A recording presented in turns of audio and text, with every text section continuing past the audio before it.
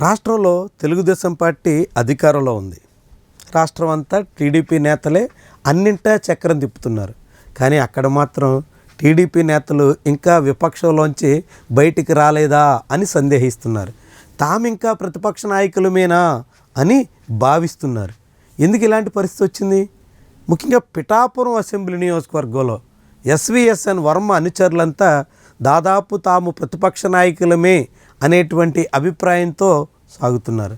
ఇలాంటి పరిస్థితి దాపురించడానికి ప్రధానమైనటువంటి కారణం జనసేన తెలుగుదేశం పార్టీ మధ్య కొనసాగుతున్నటువంటి విభేదాలే. జనసేన పార్టీ అనూహ్యంగా పిఠాపురంలో విజయం సాధించింది. ఆ పార్టీ అధినేత పవన్ కళ్యాణ్ భారీ మెజార్టీతో గెలిచారు. ఆయన విజయంలో ఎస్విఎస్ఎన్ వర్మ సహా అనేక మంది పాత్ర ఉంది. కానీ ఫలితాల తర్వాత ఎస్విఎస్ఎన్ వర్మకి ఎలాంటి అవకాశాలు దక్కకపోవడంతో వర్మ అనుచరులు నైరాశ్యంలో కొట్టిమిట్టాడుతున్నారు. వర్మకి ఏదో ఒక మంచి స్థానం ఉంటుంది అని ఊహించారు. పార్టీ అధిష్టానం వాస్తవానికి టికెట్ త్యాగం చేస్తే ఖచ్చితంగా తొలి విడతలోనే ఎమ్మెల్సీగా అవకాశం ఇస్తాము అని చెప్పున్నారు. ఆ మాటని టీడీపీ అధిష్టానం పెడచెవిన పెట్టేసింది. ఇచ్చిన మాటని తప్పేసింది. దాంతో వర్మకి ఎమ్మెల్సీ అవకాశం రాలేదు. పోనీ ఏదో ఒక అధికారిక హోదా అనుభవించేదానికి తగ్గట్టుగా ఎక్కడో ఒక చోట చోటిస్తారు అని భావిస్తే అలాంటి దానికి కూడా భరోసా కనిపించట్లేదు. నామినేటెడ్ పోస్టుల భర్తీ ప్రక్రియ పూర్తయిపోతున్నప్పటికీ వర్మ పేరుని పరిగణలో తీసుకోవట్లేదు.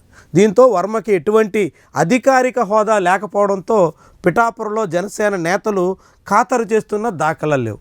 వర్మని ఏ విషయంలోనూ కూడా పరిగణలోకి తీసుకుంటున్నటువంటి పరిస్థితి కూడా కనిపించట్లేదు. దీంతో వర్మ అనుచరులు రగిలిపోతున్నారు. అంత పవన్ కళ్యాణ్ కోసం కష్టపడి పనిచేసినటువంటి నాయకుడికి ఈ రీతిలో అవమానిస్తారా? ఇంతగా పక్కన పెట్టేస్తారా? ఈ మాదిరిగా తీసి పడేస్తారా అనేటువంటి ప్రశ్న వర్మ అనుచరుల నుంచి వస్తుంది. అయినప్పటికీ జనసేన నేతలు మాత్రం ఎక్కడ తగ్గుతున్నటువంటి దాఖలా లేవు. వర్మకి ఏ స్థాయిలో కూడా ప్రాధాన్యత ఇవ్వడానికి సిద్ధమవుతున్నట్టుగా కనిపించట్లేదు.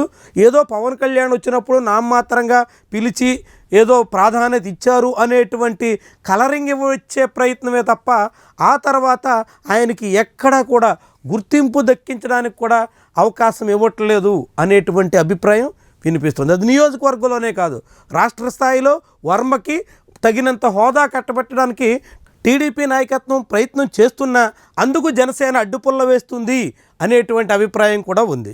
పిఠాపురంలో మరొక అధికార కేంద్రం తయారు కాకుండా ఉండేందుకు తగ్గట్టుగా జనసేన నాయకత్వం అడ్డుపడుతోందా అనేటువంటి అభిప్రాయం బలపడుతోంది. కాలం గడుస్తున్న కొద్దీ వర్మ అనుచరుల్లో అసహనం పెరుగుతోంది, అసంతృప్తి రాజుకుంటోంది. ఇది ఎక్కడి వరకు దారితీస్తుందో అనేటువంటి ప్రశ్న ఉదయిస్తోంది. వర్మ ఖచ్చితంగా తెలుగుదేశం పార్టీ అధికారంలో ఉన్నందుకు మంచి ప్లేస్లో ఉంటారు అని భావిస్తే ఇప్పుడు మంచి కాదు కదా, ఉన్న స్థానానికే ముంచేసేటువంటి ప్రయత్నం వస్తోందా అనేటువంటి అభిప్రాయం ఆయన సహచరులు, ఆయన మిత్రులు, సన్నిహితులు అందరి నుంచి వ్యక్తమవుతుంది. మరి ఇది ఎంతకాలం సాగుతుంది? ఈ రీతిన ఎన్నాళ్ళని వర్మ సహిస్తారు?